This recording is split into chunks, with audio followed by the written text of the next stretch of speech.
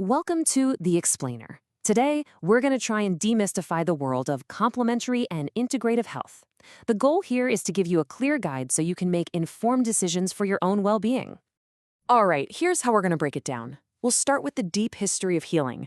Then we'll get the names straight, what's what. After that, we'll see how science is looking at these practices, give you a toolkit to be a smart consumer, and wrap up with what is probably the most important part, talking with your doctor. So, to really get a handle on where we are today, you kind of have to look back. The search for healing, it's as old as people are. And this journey is, wow, it's huge. It goes back millennia. You've got some of the earliest shamanic practices, right? Where healers were like these spiritual go-betweens. Then you see these incredibly sophisticated systems pop up in ancient Egypt, India, and China. All of that history, all that knowledge, it eventually leads to the systematic, observation-based approach of Hippocratic medicine. And that really laid the foundation for the modern science we have today. It seems like more and more people are getting curious about these practices. Maybe they're looking for a more holistic approach to wellness, or maybe they're trying to find some relief from chronic issues. But the words everyone uses, complementary, alternative, integrative, it can all get really confusing. And as we're about to see, getting those definitions right is absolutely critical for your health and your safety.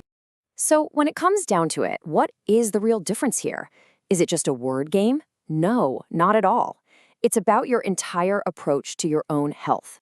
Okay, this slide right here, this is the key. The difference is super simple, but it is so important. Complementary and integrative mean you're using these approaches together with your conventional medical care. But alternative? That means you're using them in place of it.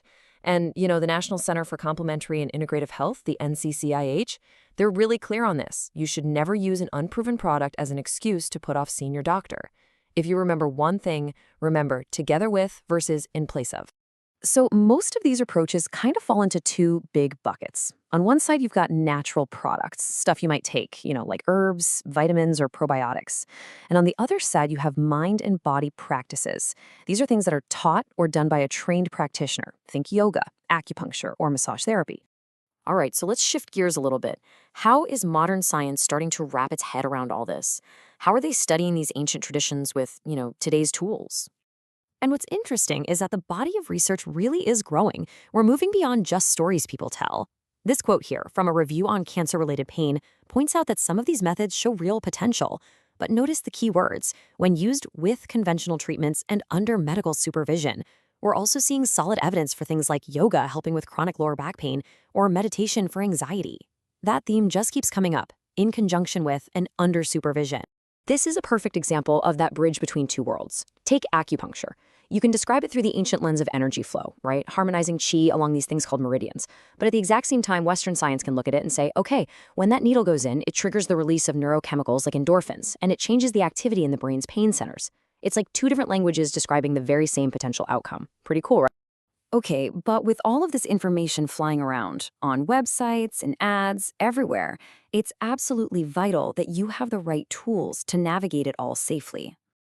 And this, right here, might be the single most important safety tip to keep in your back pocket. The NCCIH says it perfectly. Natural does not automatically mean safe. Just think about mushrooms in the forest, right? Some are delicious and some are, well, not. Natural things can have really powerful effects on your body, for good or for bad. And here's a perfect example of why this matters. We're just looking at two of many, many possible interactions here. Something as common as licorice could actually ramp up the effects of corticosteroids like prednisone. And marshmallow root, it sounds totally harmless, right? It can actually mess with how well your body absorbs other pills you're taking. This is precisely why you have to tell your doctor about everything you take. It is non-negotiable. So what can you do? How do you take charge of all this? Well, the NCCIH lays out these 4 really important steps. First, get informed. And that means looking for actual scientific studies, not just personal stories.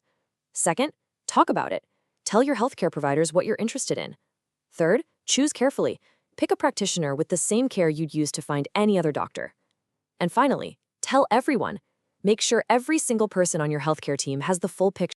One of the biggest challenges we all face today is figuring out if what we're reading is real health news or just a clever ad dressed up to look like it.